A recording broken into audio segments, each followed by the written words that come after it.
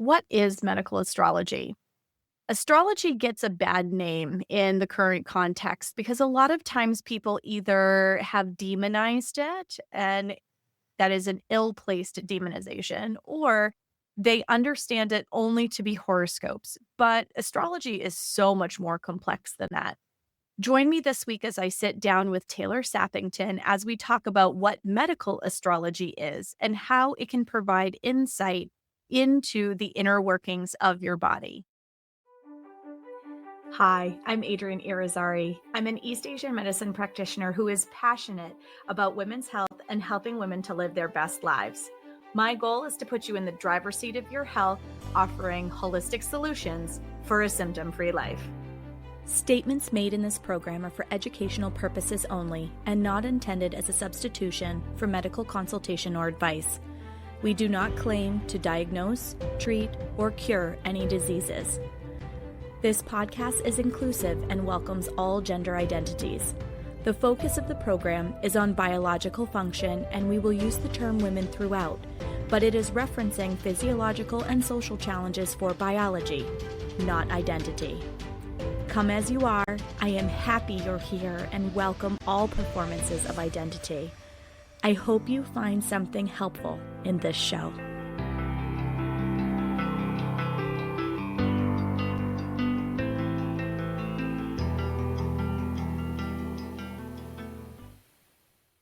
Welcome back to another episode of the Reproductive Rebel podcast. I am overjoyed to once again share the microphone with the amazing Taylor Sappington. You Welcome to the giddy? I'm show. giddy. I'm giddy. I'm giddy. We always have the best conversations. We do. And we don't hit record for at least an hour. Close Yeah. to it. Yes. Yeah. I'm so excited to be back. Well, thank you so much for coming back. You have some really cool and exciting change afoot in the work that you are doing. And I feel like we're both sitting in this alchemical space right now What a beautiful word where, to use. yeah, well, that's what it feels like. It's juicy. Like we're Yeah. both being invited to step into the next evolutionary step of who we are as practitioners and the gifts that we Yeah. offer to people. So I'm so excited about the direction that Taylor is taking her work, and I just had to have her on to talk about the core of where Yeah. she's taking this work. So for people who haven't been with us on this journey and listened to the two of us talk on your show and mine, Yes. if you would like to introduce yourself, Taylor. So my name is Taylor Sappington. I am the owner of Tailored Wellbeing. Tailored Wellbeing was a passion project of mine. I was a chronically ill patient that was seeking answers that never, ever, regardless of how many doctor's offices I went to, how many prescriptions I took, how many tests that I ran, came from the allopathic model. I worked in the allopathic model for 8+ years. So I've seen a lot of different aspects of death, dying, recovery, etc. But as a chronically ill patient, it wasn't until I found acupuncture, traditional Chinese medicine, eclectic herbalism, homeopathics, energy work, different types of therapy that work with the energy body, the mind, body, soul connection, that I started to see resolve. And tailored well-being was born from a place of wanting to provide a safe space for women to come home to themselves. And that's evolving. So tailored well-being, by the time you all hear this, will be no more. That chapter of my life has been closed, and it was such a fun chapter of life, and it prepared me for this next chapter of life I'm stepping into. But I'm really coming back to my roots. So the name of the new practice is Rooted Radiance. Took me what? A year and a half to get here, Adrienne? I love it. And we're going to be herbs and medical astrology because those are two practices that I abandoned long ago for the shiny new gadgets and fancy tools of integrative health. And it wasn't until I found my way back to these tools that I was like, oh, my life all makes sense. It always made sense, all along the way, but you forget until you remember. And I've remembered. Oh, that's such a beautiful way to word it. You forget until you remembered. Yes. Yeah. I deeply resonate with that. And for anybody who's not watching this, who's listening to this, when she talked about the fact that she's coming home to her roots, I literally saw like this glow light up around her. Like she's so, you could tell. Respectfully, I feel like I'm coming out of the closet. I don't know how else to say it. Like Yes. there are all of these tools that have been in my toolkit for so long, but they don't even fit into the health and wellness space because they've been deemed weird, you Mhm. know? And like I'm so excited to work within the weird at this point because the weird works. You're talking to the person who is a pelvic steaming practitioner So you get before it. I know you get it. yoni steaming was like a Yes, thing a that people thing. actually knew about.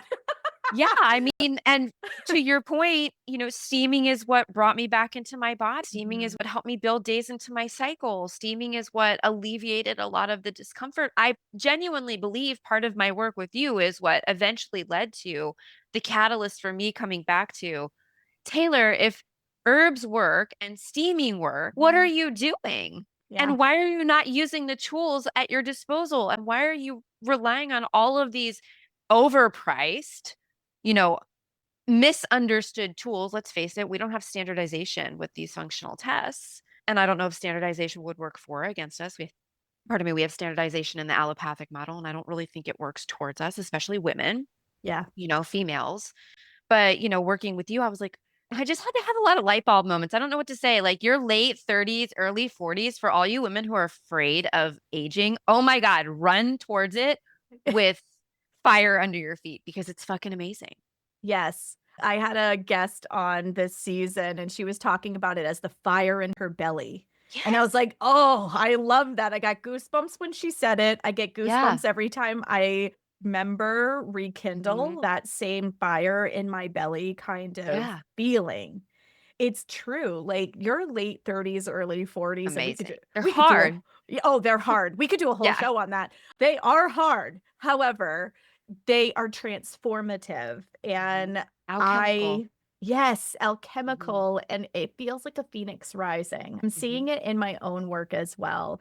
I'm Yeah. coming out of the spiritual broom closet, so to Yeah. speak, where I've always understood in traditional Chinese medicine that the emotional body is a big player in the health picture. I've Yeah. always understood that. However, the deeper I go into this work, and the more I really truly sit with the things that are making people sick, the emotional body is such a big trigger.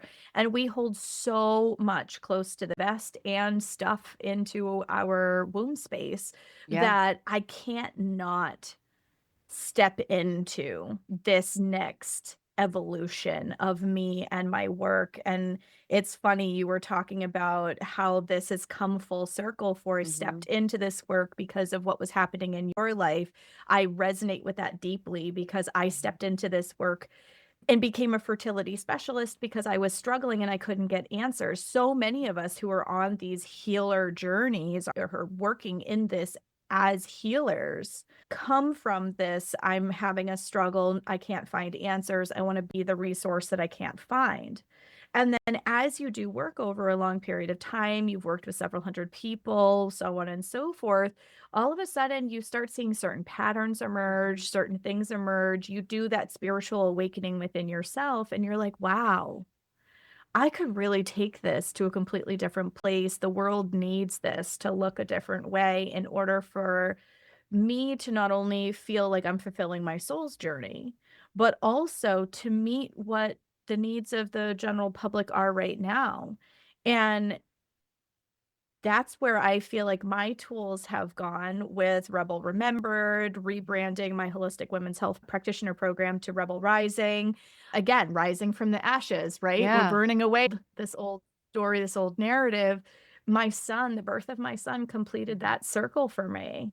And Yeah. out of that, literally during my early days of my maternity leave with him, I felt something new blooming. And you and I were having those conversations about how you We were had that. falling apart in each other's inbox, okay, guys? Like that's what we were doing. We were like, where is this supposed to go What next? the fuck? But that's exactly why I wanted to have you on to share where you're going now, because I'm so excited about where your work is blossoming and blooming and taking you. Yeah. You know, it's interesting. You're talking about Enzo being your full circle. I had a nodal return. I had a nodal return, right? And nodal returns occur roughly every 18 years for us, right? So there will be more nodal returns in my future.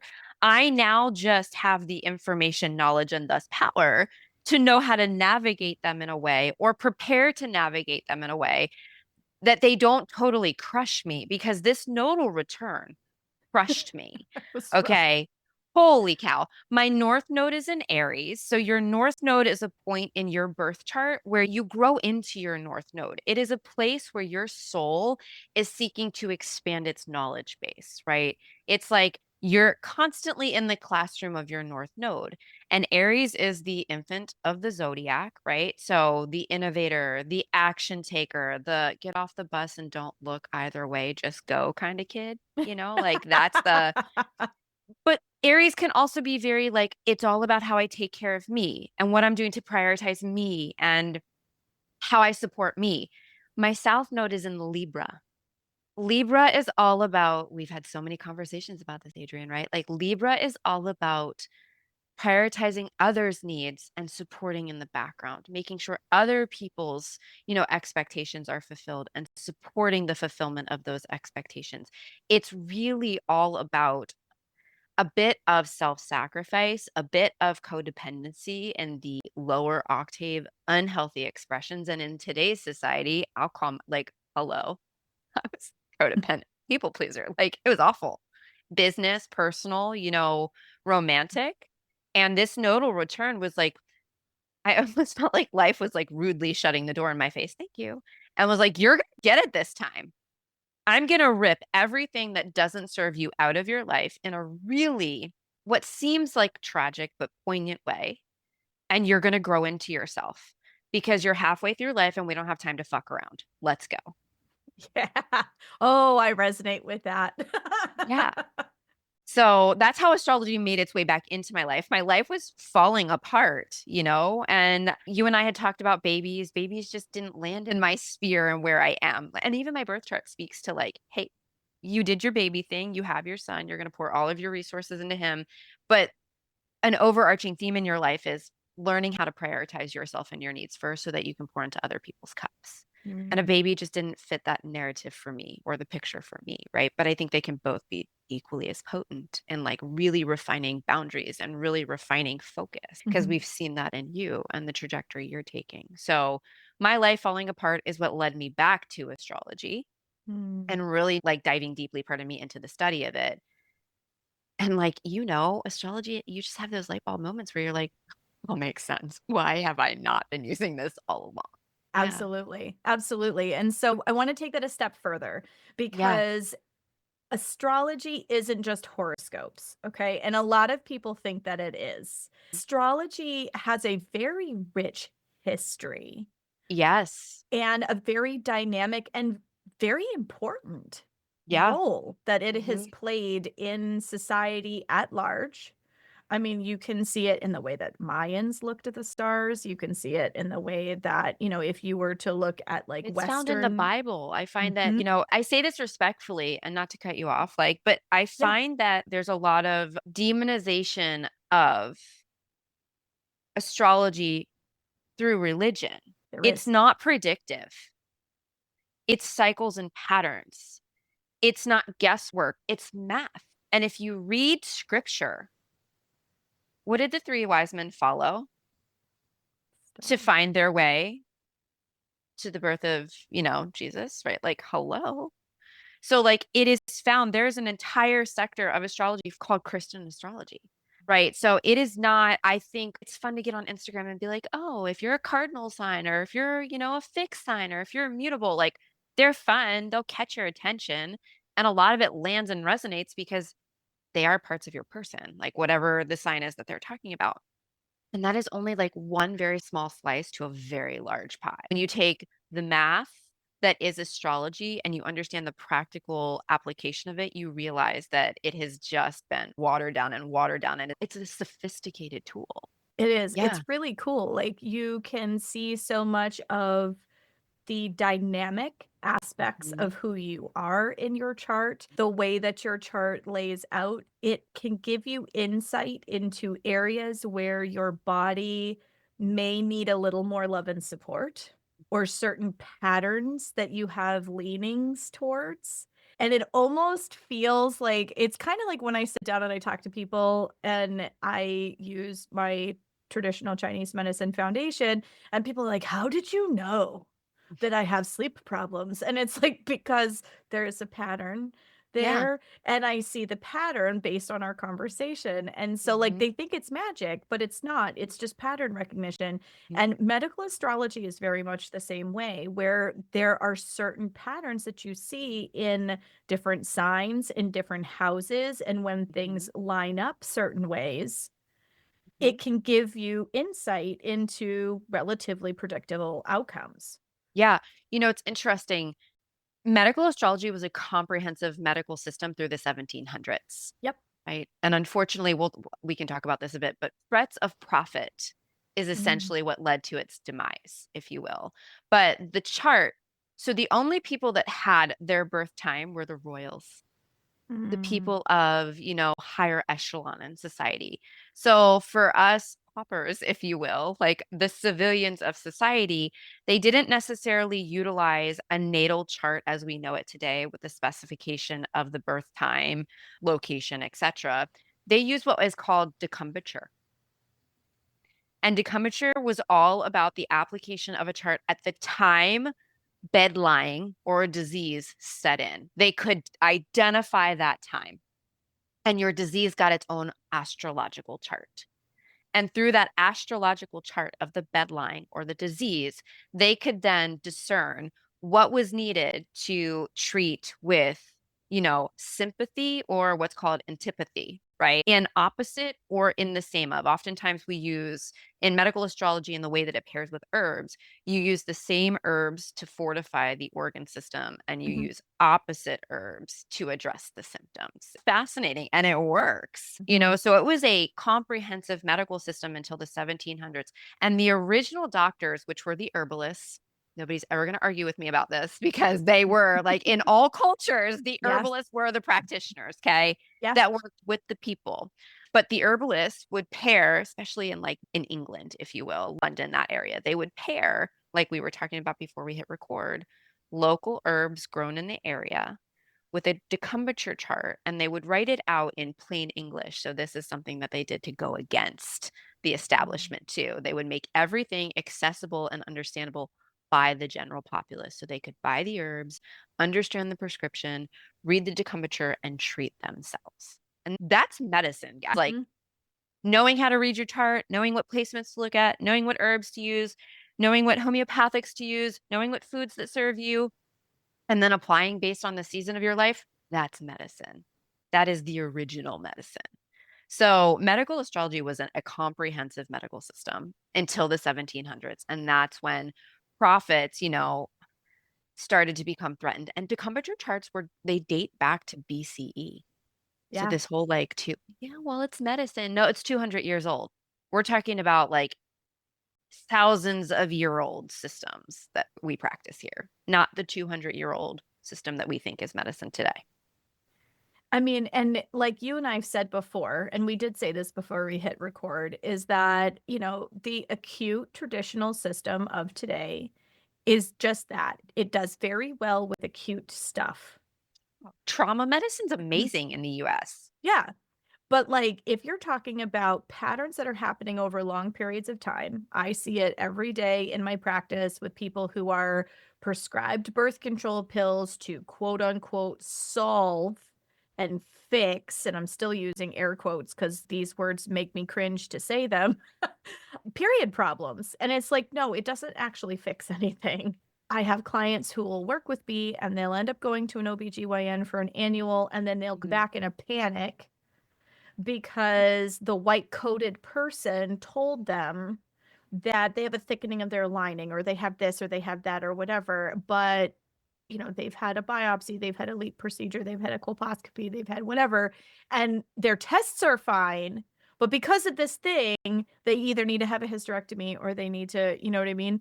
And it's very invasive. And the thing is, there's a lot of stops on that bus before you get to needing surgical intervention. And there's a lot of things that you can do also because the body likes to come back into right relationship with itself. That if you take the roadblock out that's leading to the disharmony, the body oftentimes can resolve a huge number of things before intervention is required. And none of that requires me needing to stick a scope. Like when I tell people I do pelvic steaming, they picture a Stanley steaming tool and they think I stick it up in their lady parts. That's And I'm not how like, this works, guys. I'm like, This is no, not- no. Like my whole practice is about non-invasive solutions because so much of the allopathic care model is invasive. We Mhm. take blood, we put tools inside of our lady parts, which is very triggering and traumatic for people. And like using things like medical astrology to take a look at somebody's chart and go, oh, well, you have a leaning in this direction or this direction. You might want to be proactive about this or be aware that, you know, because of this Pisces placement, that you're going to want to lean into sugar a little more than the average person, or, Yeah. you know what I mean? And like, whenever I collaborate with you and I've Mhm. talked with you about certain presentations in a chart, I can see the TCM pattern like at Mhm. the same time. Yeah. It's I think wild. these systems are built to work collaboratively. I just think we Yeah. were so spread out at one point. We didn't have the internet. We didn't have telephones. We didn't have text message. We didn't have international shipping. What did we have? We had like horse and carriage, Mhm. mule. So I sat with this person and this is what I saw. And you sat with this person and this is what you saw. Can we collaborate? Like collaboration only happened at a community level, which it's not even happening at a community level these days. That's a whole nother conversation, right?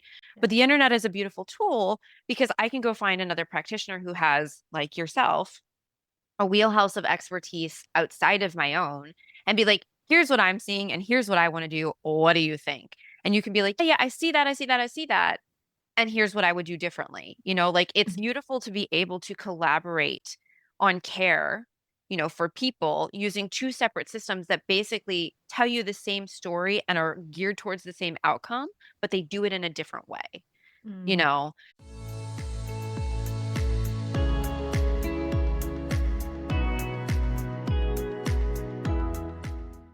And now a break from our conversation for a partnership message.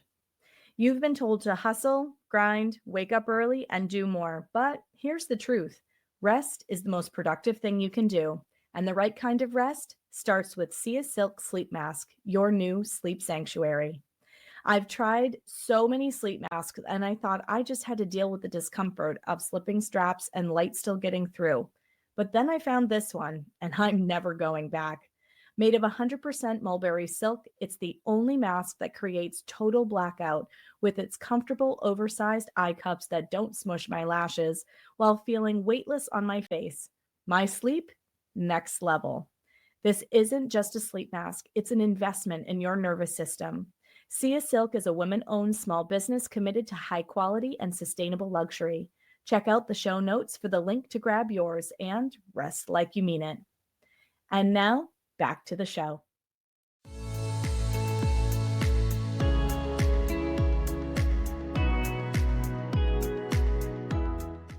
So you were talking about infertility because you deal with a lot of women with irregular cycles, and inability to conceive or inability to sustain, viable conception.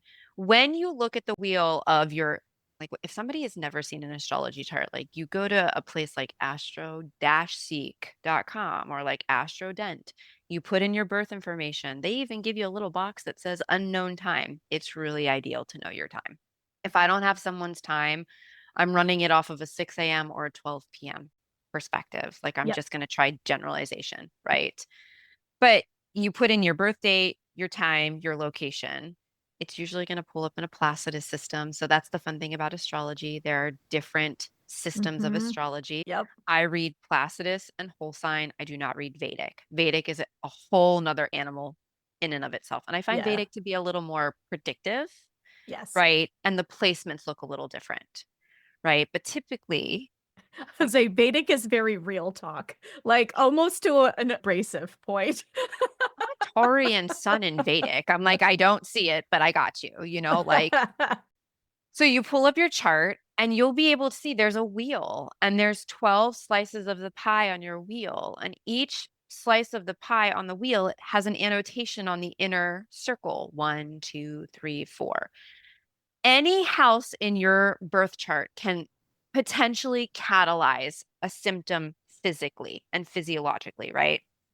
But your first house, your sixth house, your eighth house, and your 12th house are the four primary points I would start if there was nothing else that stood out. And you and I have spoken about this. A stellium would stand out to me. So a house that has 3+ pattern planets in it, pardon me, I'm going to go right there first. Like, okay, let me see house one, and then I want to go to that stellium because there's going to be amplification of the energy of that house and the planets, right? But if we're speaking from just a general perspective, your first house is all about the sign that rules your first house. I'm a Leo. Okay. So I have a Leo, what's called ascendant or rising. When I get stressed, Adrian can verify this for you guys. When I get stressed, my adrenals take a massive hit, Yes. right?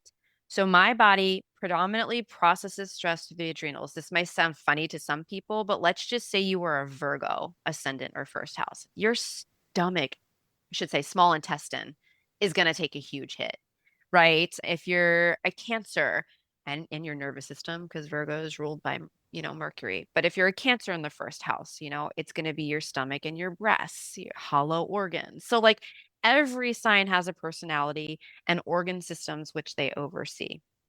But your first house is all about how your body processes stress and how you present to the world, right? Interesting. I'm a Libra rising. Okay. I can see that in your personality though, because your demeanor is so like caring and supportive. And a lot of what you do is supporting people behind the scenes to Mhm. reach their goals. Oh, and you focus on dualistic organ systems like the kidneys, the adrenals, and the ovaries. See how fun that is, guys? Like we just whip that right off, And Adrian's sitting here nodding her head, like, yep, yep. Now, when Adrian gets stressed, her Mhm. kidneys are going to take a hit, her ovaries are going to take a hit. Can we confirm that? Yes. 8-year infertility journey, anybody? Yep. Right? Mhm. So, like, when we know these things, which you already know through the modality you practice, we can go in there, we can be like, okay, we got to really hit heavy on the kidney support. We got to really hit heavy on the ovarian support. We probably need to support the adrenals as a byproduct of kidney dysfunction as well, too. Right. You can see it so clearly. There's no like, well, what does this lab metric mean? And like, how do I put it in the big picture? It's clear, Yeah. right? Yeah. So your first house is really all about how you process stress, which organ systems are impacted by it, and how you can support it because there's always herbs that complement the house that we're attempting to support and the organ systems we're attempting to Mhm. fortify, if you will. Then we like go over to the sixth house. This is traditionally it's known as the house of health and acute disease, but I really like looking at it as like the house of preventative health. Your Mm. sixth house and the personality of your sixth house, I'm a Capricorn. I need structure and freaking discipline every single day in order to maintain health, right? And I have to be really good at maintaining my habits daily, or acute disease is going to be problematic for me. And Capricorn rules a variety of different organs, right? But the skin is one area that it rules. Ligaments, joints, tendons, think structure to a degree, right? So when I'm stressed, guess what happens? I hive while my adrenals are tanking in the first house. So, like, my skin gets this expression of heat, right? And my adrenals are pumping that heat out. So, like, everything starts to work in synchronization with one another. But if I'm mindful about my discipline and routine and the way I consume food, your sixth house is really all about how you consume food too. As a Capricorn, I really love structure and discipline around my meals. Imagine that. Oh, and manners are a big deal for me. So if we're out to eat, mind your manners, like that's a big deal for me. And Virgo rules my second. That can influence the way that you approach food too. So Virgo is practical and detail oriented. And it's a judgmental sign, but they discern well. So like this all starts to play with one another. So then I have like the eighth house. Your eighth house is all about physical inheritance of familial shit. I don't know how else to put it. Like, okay, Your what sign, intergenerational stuff. like the mental, emotional shit is the 12th house of intergenerational and like ancestral. But the eighth house is like, mom had thyroid issues, dad had Mm. this cancer, grandmama had this, grandpapa had this, right? So it's all about looking at what rules that house for you, because there's natural rulers too, and we don't have enough time to get into that today. But like, what rules your eighth house, the sign, the organ systems it oversees, and potential planetary placements, right? This is where we can find fifth house says a lot about fertility just because it is literally the house of family and creative expression. And I do think bringing children into the world is part of your creative expression, right? It is a labor of love, if you will. I think that's Mm-hmm. so beautiful how that goes together, but then you look at the eighth house. If someone's having a hard time with conception and maintaining viable pregnancy or autoimmunity, the eighth house can tell you, give you clues as to what it is you need to do to detach and just like in a healthy way dissociate from familial patterns that are Oof. potentially associated with you on a cellular level. Like your astrology is so deep, it's cool too, right? And the eighth house natural ruler is Scorpio. Scorpio rules the reproductive organs and the bowels. So your ability to eliminate and get rid of toxic waste, right? And then we bounce over to your 12th house, and your 12th house is all about ancestral trauma, what you were like, what was laid on your heart to bring into this lifetime and alchemize. There's our word of the podcast, right? But the 12th is also about what happens in the sixth house. If you don't pay attention to your sixth house, anything that is acute is eventually going to become chronic in your 12th house. Okay. Oh, that's good to know. I didn't know Right. that. So, three guesses what my 12th house is ruled by, just based on what you know about me. Ugh, What do we really struggle with, Adrian? What do we just addressed? Pete. Right? So I'm a Cancerian 12th house. Okay. Okay. So my stomach, Yeah. right, is anything that's not addressed in the acute becomes chronic in my stomach. Yeah. Well, Okay. shit. You know what I mean? And then I have a Venus placement in my 12th house, which is lymphatics. Oh my word. My, That's wild. I could have saved myself so much time, like so many years ago, and been like, well, this is what's going on. Yeah. And where do I go first? Yeah. And the other house that I have to pay attention to, but it's not a traditional health house, is my 11th house because there's a stellium in Gemini, which rules your nervous system. Um, And it's my Chiron and my Sun and my Mercury and my Black Lilith moon. Holy shit. My wow. 11th house is like You have on some big poppin'. players in that house. Yeah. So, like, going through your houses is just one simple way to start getting an idea as to what's going on in your physical body. And, like, it explains the patterns. If you do this in the sixth house, where you prevent this in the 12th house, which prevents this in the first house. And if you're stuck, even though you're paying attention to your sixth, what's going on in your eighth, right? How are we tending to our eighth? And that doesn't even get into like your Mars, your Saturn, your north and south nodes. Yep. What is Mars? They're gendered. So astrology is very like gendered, if you will. So like Mars is a male, like we refer to him as him. Saturn, same thing, like him. Him. Yep. And your Mars placement, which they would tell you that if you go look up your birth chart, like where your Mars placement sits is typically where you're going to find inflammation, swelling, redness. My Mars is in my sixth house. But it's good. Mars likes to play in the sixth house. There's drive, and Capricorn is structured, right? So, like, it's a good pairing there. But Mars is the seat of acute disease in your chart, where Saturn, cold, rigid, limiting, restrictive, is all about chronic disease. So, you find your Saturn in your chart, and you're like, oh, this is where I'm going to see. And I cannot remember right now as we're riffing on this where my Saturn is. But then you've got Jupiter and you've got Venus, right? Like Jupiter is the planet of expansion and growth. Like if that is a placement, let's just say like breast cancer, 12th house, chronic issues, like Jupiter's just going to grow whatever is around it. It could be positive or quote unquote negative, if you will, but it's the planet of, again, expansion and growth, fat and oily. Like these are substances that go along with Jupiter. And then there's your south and your north node. And we talked about this a bit at the beginning, right? I feel like I'm just talking, so cut me off if need be, you know? But your north node is the power surge in your chart. It's like where you can really learn to nourish, to harness energy. So again, that Aries, and Aries is all head, like my major placements are neck up, or I should say belly button up, if you will, right? Whereas your south node is where you leak energy. Hmm. It's like a non-tangible leak of energy, but once you see your south node and you're like Libra, codependency, people pleasing in a lower expression, I'm like, "Oh my God, my life has now been solved. Thank you." Like, holy shit, now that I see it, I can't unsee it.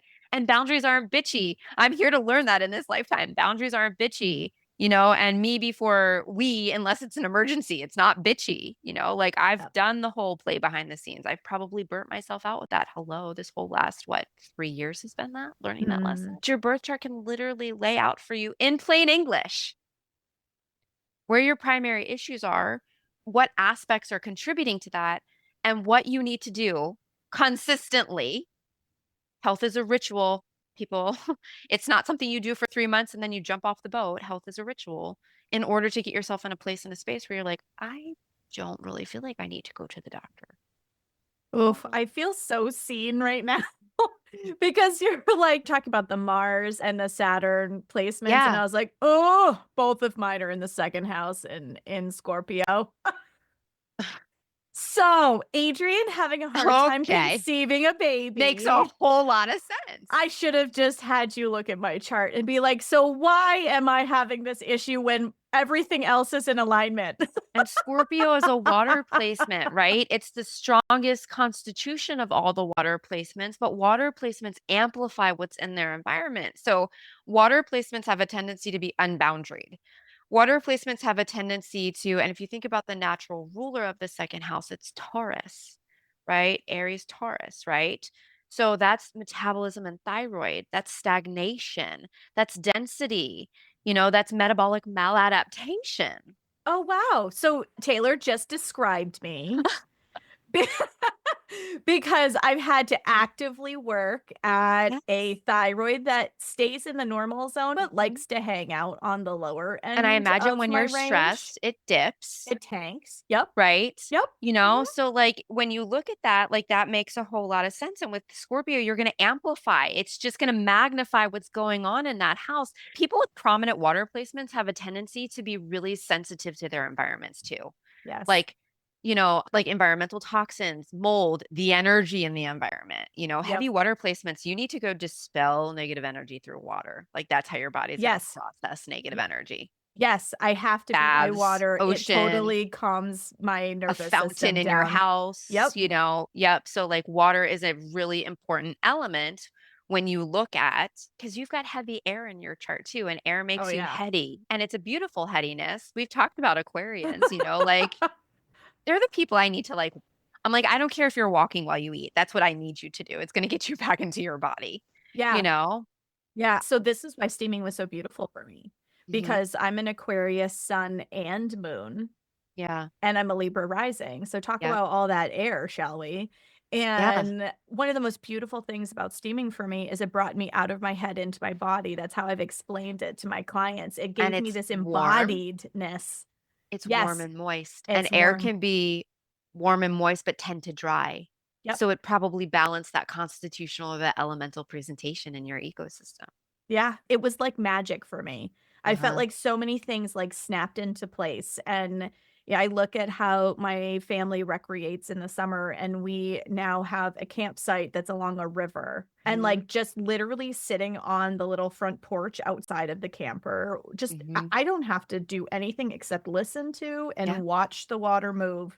And there are magical things that take place in my nervous system. Like I just feel completely different when I Yeah. have the ability to do this. And I've said to my husband multiple times, like, my goal for retirement is to be able to live near water. And he's Hmm. like supportive of it. He grew up in an oceanside town, but like, it's just funny because his mind is not as focused on the elemental part, but Mhm. he's a Scorpio sun. So like he's not adverse to the idea. It's just it isn't as big a driver for him as it is for me.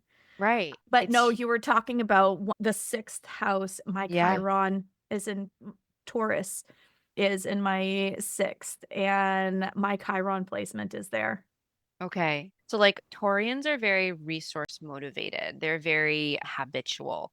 They're snackers too. Like snacky, snacky, snack. Like they love their food though. You move to a new area, find yourself a Taurian because they're gonna tell you where all the like the best food is, right? Mhm. They love rich, they love decadent, they love indulgent, you know. They have to be really mindful of this because they can overdo it. Mhm. Chiron is the wounded healer in the sense that like you learn to live with the wound and then teach from it, but the wound never actually heals, Yes. you know? Yep. And when you look at like resource driven wounds, I see learn, so much of myself in that statement. right? So, like, you learn how to, like, wanting to have indulgence and recognizing that life may look indulgent in different ways than you Mhm. had imagined it. Like, it's cool when we learn how to work with our Chiron in a way that serves us because then we can serve other people. But it's all about, like, oh, that's a cut that's never going to heal. So, I'm going to just have to learn how to, like, be okay with the scab and teach Mm, people how I got the scab because it's never actually going to fully close, but love yeah. the scab for what it is. Chiron can be so potent. Like people hear wounded healer, and I'm like, no, it's not a bad thing. Mm, If you hear the story of Chiron, it's badass, you know, like yeah. what Chiron was capable of doing, you know, living with a lifelong injury that Mm. was imposed upon him by, was it Hercules? I don't know if I'm getting the mythology correct. Don't quote me on that. Well, and there was a rejection from his mother too because he Yes. was different. Yep. Half man, And half horse. yep. And So, turn and like, yep. there was a multi-layer wounding that Yeah. happened there, both physical as well as emotional, and he took all of that and channeled it into his work, Mhm. helping others, and I resonate so deeply with that. I use Chiron frequency in the acutonics fork Mhm. system when I work with people, and this is actually where a lot of my astrological Mhm. understanding began, was Yes. in this training and being able to work with these frequencies in some really meaningful ways, and I always saw a lot of myself in Chiron, in the Mhm. story of Chiron, because this wounding that I was experiencing was like lifelong reproductive Yeah. related issues, and then turning that into something that helped others, but something that I still always have to In actively you work at. accepting your wound though, what happened? Oh, I got so much better. And you've helped hundreds of women restore Yes. their cycle and get pregnant. Oh, and eventually it lent yourself, I imagine the acceptance to a degree lent yourself to finally having that baby. Yes, it was the surrender Mhm. in the fact that there was an aspect that I could control, and there Mhm. was an aspect, and this is why my work has gotten more spiritual also, is that there was an aspect to it that I just had to surrender and allow. And birth and conception is one of the true Testaments to surrender. yes, tests in our life to our ability to Mhm. surrender because we have to be able to allow and open and soften to receive the conception, but then also open and soften and allow to birth. What do they say? There's that saying, it's not contraction, it's relaxation that allows you to finally have the baby. Like, stop Yes. telling the woman to contract. Like, stop talking to her about her contractions, talk to her about her relaxation. You know, Yes. like, much of the medical paradigm today is counterintuitive to being a Mhm. human being and the way the body actually wants to be. The body is an entity that wants to be acknowledged, just like you would acknowledge another person in a room. And the Mhm. body, as an entity wanting to be acknowledged, also wants to partner with you. It wants to have a partnership. And Yes. astrology and TCM allows you to build bridges between communication gaps and misunderstandings that bring you into this generative partnership that allows you to finally move forward instead of Mm. continuing to run in place. You know, and it's so much more, I'm going to say, affordable to go Mhm. this route because in Yeah. the long run, like you make one, maybe two investments, and you have been a trained student for the rest of your life. Mm. And check ins may be needed, but aside from that, you are your own doctor, Yes. right? These practices are all about liberation. We're going to Yes. have to do this when we have like an hour to talk. Oh, I love this. I love this. It really is liberation though too, because I look at myself like a coach and an Yeah. educator. And once I've empowered you with the Yeah. tools, now you can look at your body when you start becoming symptomatic and ask her, what do I need? Why is this showing up for me? And be able to make proactive decisions because you have the tools to understand. That's the whole reason we Dr. Google shit. It's like you taught me damp, heat, and heat. Oh, I Mhm. know my constitution is air and fire and what that does and how it shows up. But my elemental constitution in astrology mimics my elemental constitution in TCM. You gave me the verbiage when I didn't know what to say. Mhm. And this has just allowed me to put it into a different context. Yeah. Yeah. It's so beautiful and it's so tangible. Mhm. And I've told people before, like, your astrology is the blueprint. 100%. I mean, like, my midheaven is in Cancer. I am a healer. And once I came into alignment with that, I stopped being as sick, My right? midheaven is in Aries. I'm a teacher. Yeah. I love this. It's so practical. Like, it's this simple, guys. Like, it's literally this simple.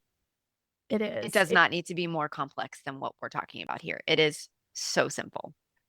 I love this. Well, I want to honor your time. Thank you so much, Taylor, for joining me. And this has been an amazing conversation. If you guys love this, share comments in the Please. Reproductive Rebel listeners folder so that join the group, join the conversation, and tell us a little bit about what you loved about this episode. What did Taylor you and I could, like? What did you did not like? What do you want to hear more of? Adrian and I yeah, could riff again. So like, totally.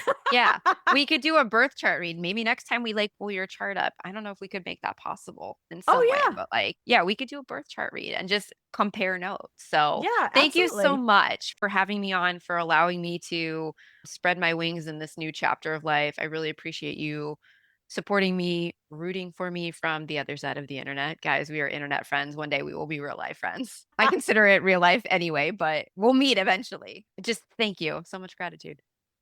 Thank you so much for joining us and sharing your wisdom in this new chapter. And I will definitely have Taylor on again because this is the kind of conversation that not only is nourishing for she and I, but I know resonates with so many of you. So thank you again, Taylor, so much Thank for your you. time and expertise. And until next time. Bye, guys. Thank you for joining me for another episode of Reproductive Rebel. Reproductive Rebel is recorded by certified peri-steam hydrotherapist and acutonics practitioner, herbalist, and Chinese nutritional therapist Adrian Irizarry of Moon Essence LLC. If you are interested in setting up an appointment for one-on-one support, ordering from our store, or checking out our course offerings, visit our website at moonessence.life. Be sure to subscribe to our newsletter and get insider information on upcoming events and offerings. Join the conversation. Like and follow us at Moon Essence Me on Instagram, Facebook, or LinkedIn. Your voices make this program possible. Thank you all for your continued support.